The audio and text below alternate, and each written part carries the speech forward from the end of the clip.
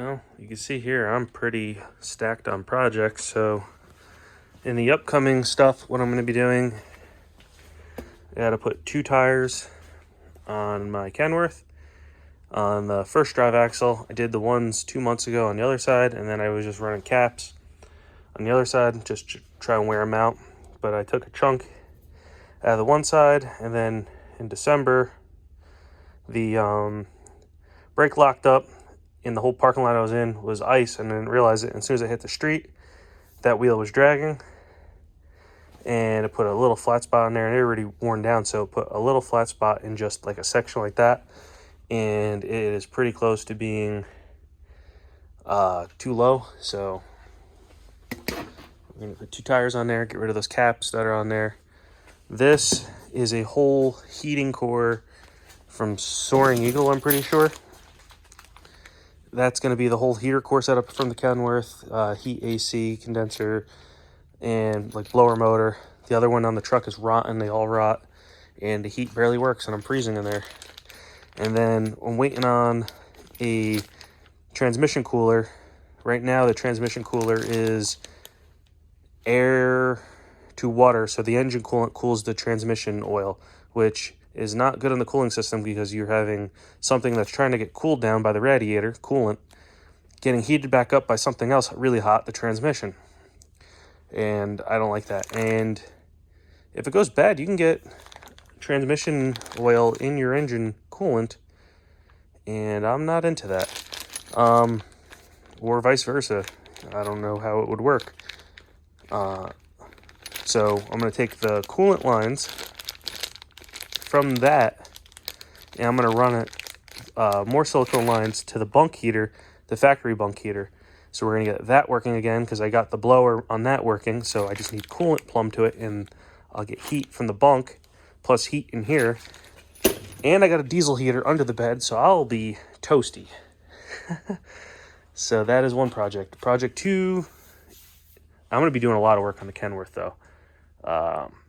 I'm going to try and get stacks for it, battery boxes. I'm going to move the tanks back. I'd like to paint it. Don't know if that's going to be possible yet, but I have a whole mess of parts. I'm going to show more of that. Got this turbo hood for my FCRX7. I got a new scoop insert. These are getting hard to find, so I had to buy a damaged one. I'm not super into that, but we're going to paint the entire car. The motor needs a rebuild. I'm going to rebuild that. I'm not sure if I'm going to do it. It's leaning towards I'm going to give it a try. I also picked up 4-piston turbo brakes. They're supposedly rebuilt. What I'm going to do is I'm going to chuck them in the blast cabinet, and I'm just going to clean them up a little bit.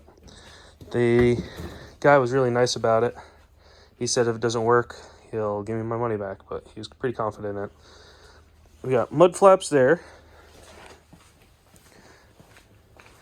This whole box, there's probably $550 worth of, or more, of LED lights, grommets, pigtails. What I'm going to do with this channel is I'm going to be building a T-bar. Why I say channel? This rec tube, I'm going to build a T-bar for the back of the tractor trailer. So what I'm thinking is there's going to be 5 lights on each side in front of the wheels, and then it's going to drop down like that, and there's going to be 5 lights that are the same as the back of my service truck, where it's going to be turn signal. Well, turn signals are going to be here. These are all going to be brake lights, every single one of them. So there's going to be 5 on the bottom, 5 here, 5 there, so 15. And then I'm going to put the penny lights in the corners, and it's going to drop down like that. So there might be 2 more in there. So that's 19 lights plus the other things. There's going to be nothing in the center facing backwards, but there's going to be 3 lights in the center facing towards the truck, and they're going to be amber, which is going to be working like my underglow that I got going on, which is just factory 4-inch lights. So they're also going to be my mounting studs are going to be in there, so you're just going to be able to pop the lights out and mount it, and it's also going to act as a underglow. I got some hose wrap to protect hydraulic lines and silicone lines. I really kind of like this stuff, so we're going to be I got different sizes of this, so we're going to be using that. I got this flat bar here, which is going to be the mud flap mounts. I got some rubber mud flaps. I have some custom weights for the bottom of the flaps coming. This is female side of Velcro. And what that is going to be for is this channel falls out of here, so I'm going to weld this up in there and shove the Velcro in there and glue it in there so the window doesn't rattle in the channel. It's also going to work as like weather strip or wind lace or whatever you want to call it, and that should make it more of an airtight. In there, we're going to come over here to the blast cabinet. I blasted these about a month ago. I'm going to give them a quick blast again, and I'm going to blast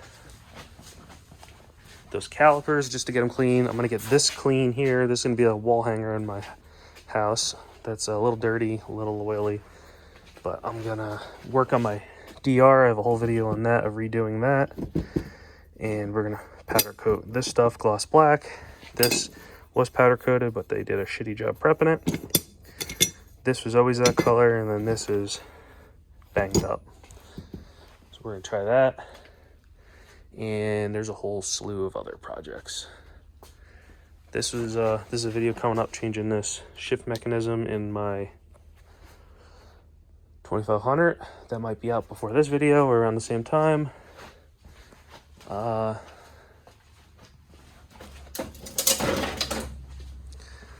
have that turbo up there.